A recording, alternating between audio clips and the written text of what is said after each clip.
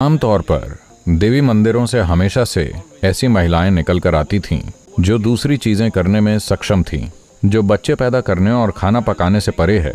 देवी को सिर्फ इसलिए नष्ट कर दिया गया क्योंकि धार्मिक प्रक्रिया का अब्राहमिक तरीका पूरी तरह से पुरुष प्रधान है। स्त्री रूप में ईश्वर की पूजा को उखाड़ फेंकने का एक बेहतर दर्ज रूप चुड़ैल का शिकार या विच हंट।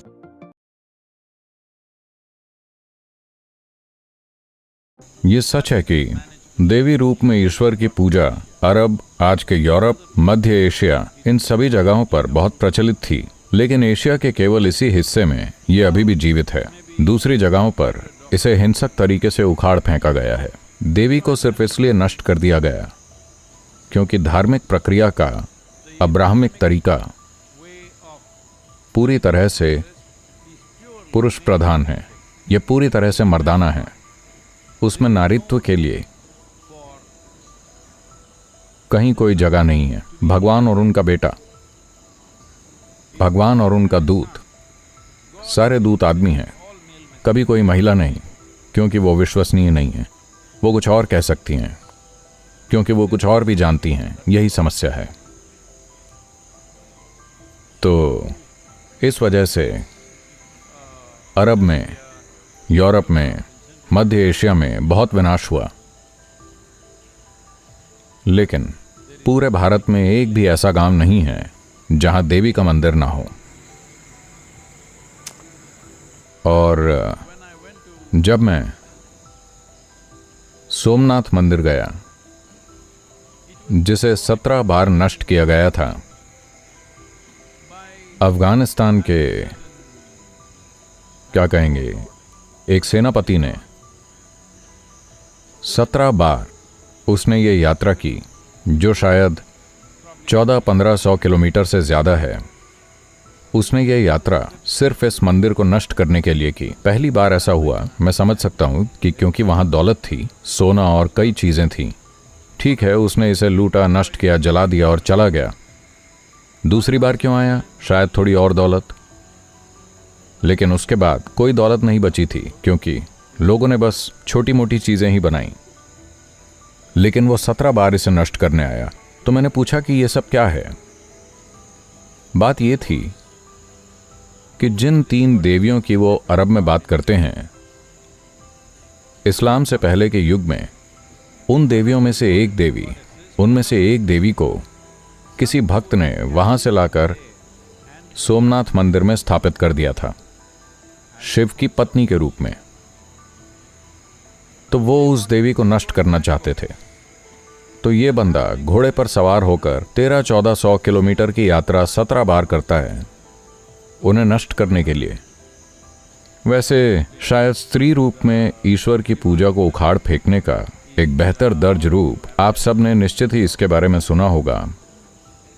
पता है ना, चुड़ैल का शिकार या विच हंट, ये शब्द आज भी इस्तेमाल किया जाता है।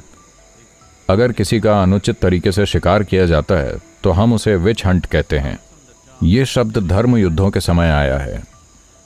अनुमान है कि उन्होंने 60 लाख से ज्यादा महिलाओं को जिंदा जला दिया, शायद 150 या 200 साल के दौर में। मैं इस बारे में बहुत पक्का नहीं हूं, लेकिन उस दौरान, उन धर्म युद्धों के दौर में, जब कोई बहुत महत्वाकांक्षी ढंग से अपने धर्म का प्रचार कर रहा था, तब यह हुआ। ये महिलाएं जो इस तरह जला दी गईं, और कई को दूसरे कारणों से भी जला दिया गया, बस इतना करना होता था, किसी को चुड़ैल करार दे दो, बस हो गया, लोग उसे जला देंगे। दुर्भाग्य से आज भी यहां वहां ये प्रथा मौजूद है। तो चुड़ैल कौन है? जब किसी तरह कोई महिला ये दर्शाती है कि वो कुछ करने या कुछ जानने में सक्षम है जो बच्चे पैदा करने और खाना पकाने से परे है, तो वो चुड़ैल है। हाँ, ऐसा ही था।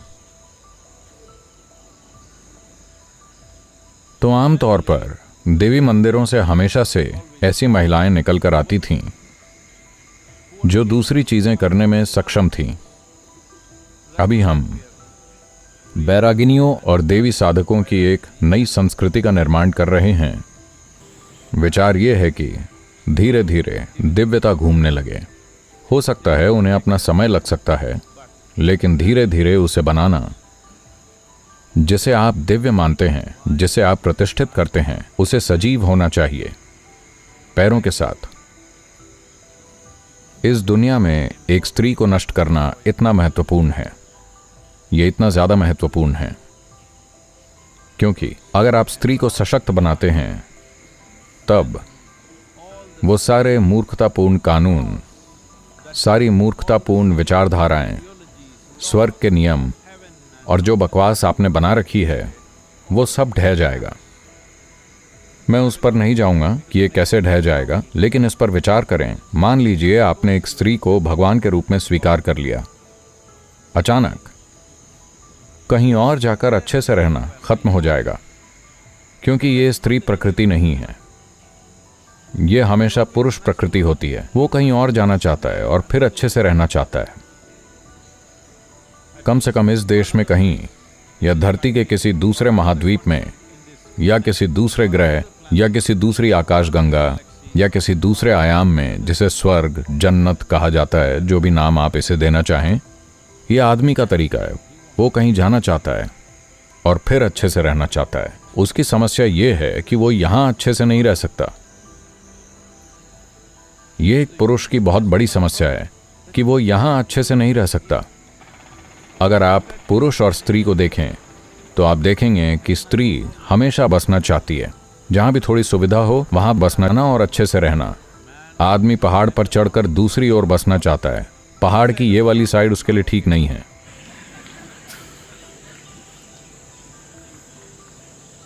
तो अगर आपने एक देव और एक देवी बनाए और वो एक साथ रहते हैं, शिव पार्वती की तरह, तो आप कहीं और नहीं जाना चाहेंगे। यहां तक कि शिव भी पार्वती के कारण काशी में बस गए थे। वो घुमक्कड़ हैं, लेकिन शादी के बाद सर्दियों के महीनों में उन्होंने पाया कि पार्वती को हिमालय में ऊंचाई पर रहना बहुत मुश्किल हो रहा था। उनकी खातिर वो नीचे काशी चले आए, लेकिन फिर उन्हें भी ये जगह बहुत अच्छी लगने लगी। लंबे समय तक वो वापस नहीं गए। तो स्त्री प्रकृति हमेशा बसने को महत्व देती है। पुरुषत्व कहीं आगे बढ़ना चाहता है, तो आगे बढ़ना, बहुत ज्यादा आगे बढ़ना। हमें यकीनन आगे बढ़ने की थोड़ी जरूरत है, पर बहुत ज्यादा आगे बढ़ना जीवन के सभी स्तरों पर भारी विनाश का कारण बन रहा है। अकेला आदमी, उसे नियंत्रित नहीं किया जा सकता, हर समय चालू रहता है। अगर आप भीतर मुड़ जाते हैं तो बहुत सहजता से आप बैठेंगे, वरना एक महिला आपको बांध सकती है। कई मायनों में अर्थव्यवस्था का और धरती का विनाश अभी भी उस स्तर पर नहीं पहुंचा है जहां उसे पलटा ना जा सके, सिर्फ इसलिए क्योंकि अधिकांश पुरुषों को अभी भी स्त्री की जरूरत है। बहुत कम पुरुष स्त्री के बिना रह सकते हैं। वो या तो सन्यासी हैं, वो समस्या नहीं है, या फिर वो अति महत्वाकांक्षी अत्याचारी हैं, वो एक समस्या है। हाँ, तो क्या देवी को नष्ट कर दिया गया है? मैं आपको बता रहा हूं कि वो पूरे देश में है, हर गांव में है। हो सकता है कि किसी गांव में देवता के लिए मंदिर ना हो, लेकिन देवी का मंदिर हमेशा होता है। तमिलनाडु का कोई भी गांव मारी मरियम्मन के बिना नहीं है। कर्नाटक का कोई भी गांव मारी के बिना नहीं है। यहाँ कर्नाटका में वो मारी हैं, तमिलनाडु में वो मरियम्मन हैं, कहीं और वो काली हैं। वो बहुत सारे नाम रखने में माहिर हैं।